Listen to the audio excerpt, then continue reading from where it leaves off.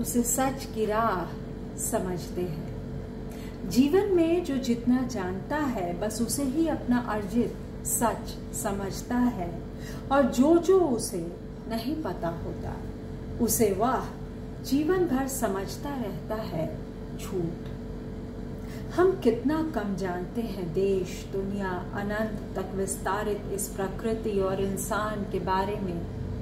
तो जैसे बिल्कुल ही नहीं, इस तरह धर्म भी जो कभी ईश्वर को समझने या अनजाने को जानने की एक विफल कोशिश थी, आधे अधूरे सच का बनकर रह गया घालमेल।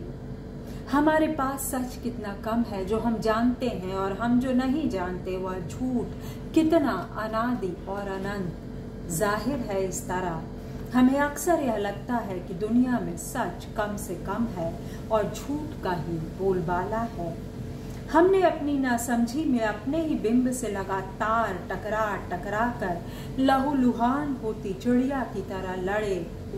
सच और झूठ के भीषण अमानवीय अनैतिक कथित धर्म युद्ध गढ़े नरसंहार, फिर अपनी ही छवि में खोजा अपने लिए एक सुविधाजनक ईश्वर अवतार।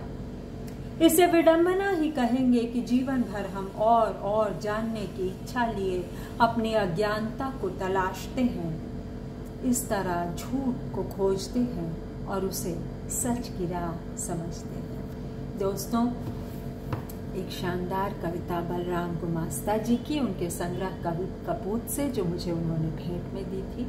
आपके साथ इस कविता को साझा करते बहुत खुशी हो रही है। इसकी व्याख्या की ज़रूरत नहीं। महान कविता वह होती है जो अपने आप गेय हो, जिसकी गेयता जो है, जिसका संप्रेषण जो है वह अद्भुत हो। और ये एक कार्यक्रम में मुझे उन्होंने दिया था पूरा फेस्टिवल इस बुकमार्क के साथ। तो दोस्तों, ये धर्मों के बीच प्रेम की बात लिए एक कविता थी, प्रेम का संदेश लिए एक कविता थी कि अपने अपने ईश्वरों का आविष्कार कर हम क्यों लड़ते रहते हैं। कितनी छोटी सी बात है, लेकिन हम अब भी वहाँ कभी आइडेंटिटी के नाम पे, कभी क्षेत्रीयता के नाम पे अपने अपने ईश्वरों का फरसा उठाए लड़ते रहते हैं। हम कब ये लड़ाई बंद करेंगे, आप बताइए। मुझे सुनने के लिए धन्यवाद। लाइक और सब्सक्राइब करें।